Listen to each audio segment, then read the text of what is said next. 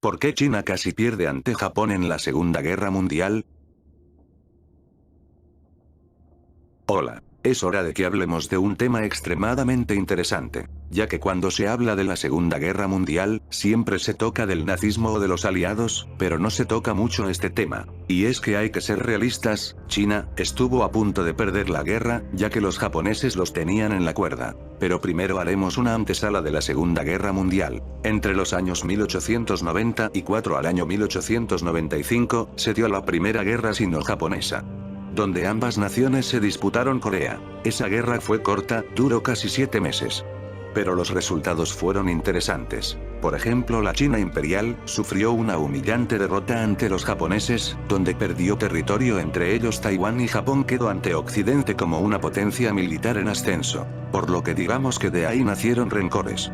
Y antes que se me olvide, Corea quedó bajo la influencia del Japón, aunque en teoría mantuvo su autonomía después de la guerra. De ahí pasemos a la Primera Guerra Mundial. Para quienes no sepan, los japoneses apoyaron a los aliados a igual que los chinos. Pero gracias al Tratado de Versalles, Japón recibió muchos privilegios comerciales en China. Obviamente esto aumentó los resentimientos entre ambas naciones. De ahí vino la crisis económica mejor conocida como la Gran Depresión.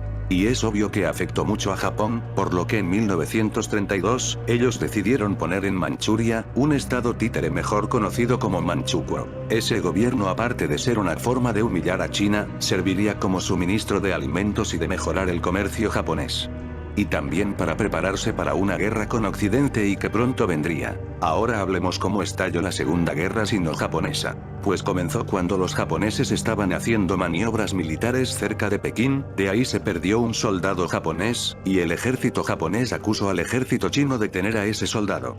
Y al final se enfrentaron las unidades militares tanto chinas como japonesas, lo que dio a pie a la Segunda Guerra Sino-Japonesa. Ahora que te di toda esta antesala, es hora de responder por qué China desempeñó un pésimo papel en la Segunda Guerra Mundial como en la Segunda Guerra Sino-Japonesa.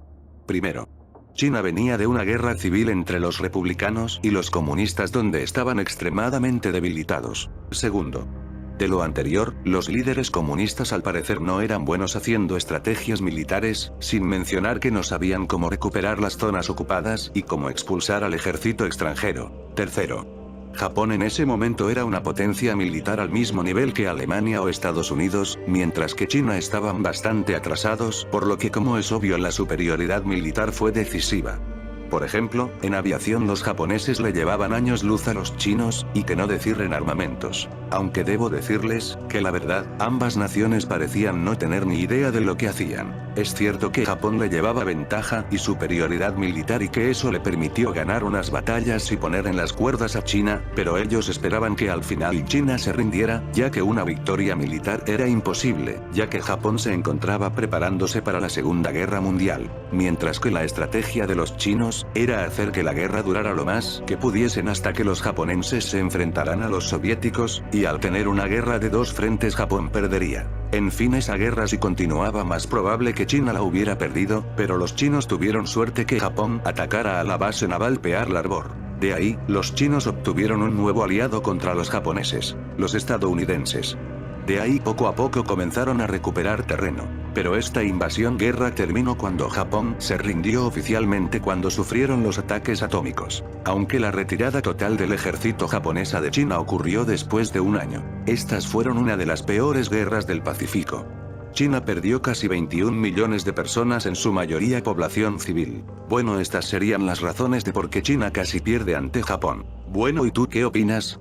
Comenta, dale like, comparte este video, suscríbete a mi canal como a mis redes sociales. Hasta la próxima.